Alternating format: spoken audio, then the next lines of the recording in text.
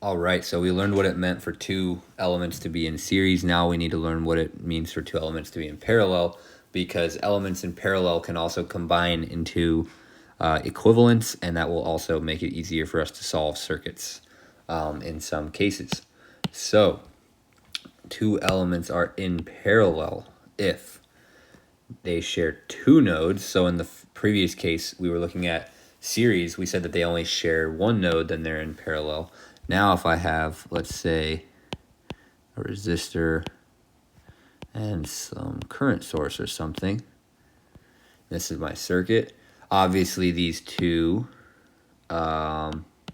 components share this yellow node here, and they also share this purple node. And so since they share two nodes, they are a candidate for elements that are in parallel.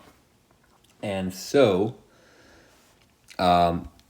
the other condition is that they will have the same voltage. Oops, let me go back here. So their two elements are in parallel if they share two nodes, which these guys do. And the second one is they have the same voltage across them. Or in other words, both sides of both components are at the same potential, okay? And that will inevitably happen when two components share two nodes like this. Okay, so this node, the yellow node, will be at some potential V1. This purple node will be at some potential V2. And so the resistor has a V1 minus V2 across it as its voltage drop, and the current source has the same voltage drop across it. So these two elements are in parallel, all right? But resistors in parallel can combine. And so what do I mean by that? So if I have some resistors in parallel, clearly these two resistors are in parallel, I can write the equivalent. So in the previous case, I said that for series resistance, we just add them. For parallel resistors, we add their reciprocals. So if I say that that's R1 and that's R2, and I want to basically replace what's inside the blue box with an equivalent resistor, I would draw an equivalent REQ. And the equation that governs resistors in parallel is 1 over REQ is equal to 1 over the first resistance plus 1 over the second resistance.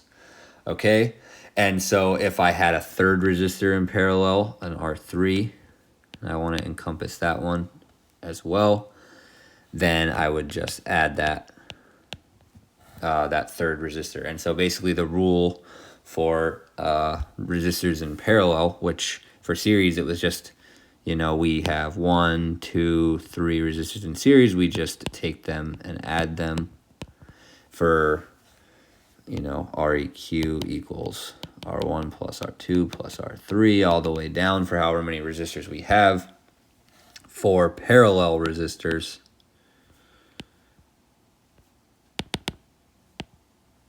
so let's call this R1, R2, and Rn. The equation for these guys is, as I wrote here, it's just 1 over REQ is equal to 1 over R1 plus 1 over R2 all the way down to however many resistors we had. And then you would go ahead and just solve for REQ. You can do this in your calculator by just summing all of these and then taking the inverse, or you can do it by hand, which is not very fun.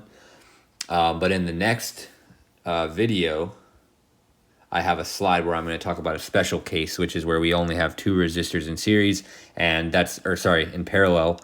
And that's a special case because obviously there could be any number of resistors in parallel, but a lot of the times we'll only see two in parallel, and we're going to want to use the equation that I'm going to derive in the next video as our equation for solving for REQ when we only have two resistors in parallel. Actually, you know what? I think I can do it pretty fast, so let me just do it in this video. So the special case is two resistors in parallel. I just have these guys, let's say R1 and R2, and I want to find an equivalent. So I know right off the bat my equation is 1 over REQ, 1 over R1 plus 1 over R2. And so basically I've already done the math for you, or not me, but somebody has, to derive that there's an equation where I can just solve for REQ immediately. So what I'm going to do is I'm going to start by multiplying both sides by R2.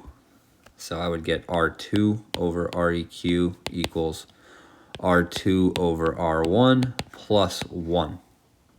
Okay? Now I need to multiply the other side, REQ to the other side, so I would get R2 equals R2 over R1 plus 1. That whole thing times REQ. And now I can divide both sides by this term.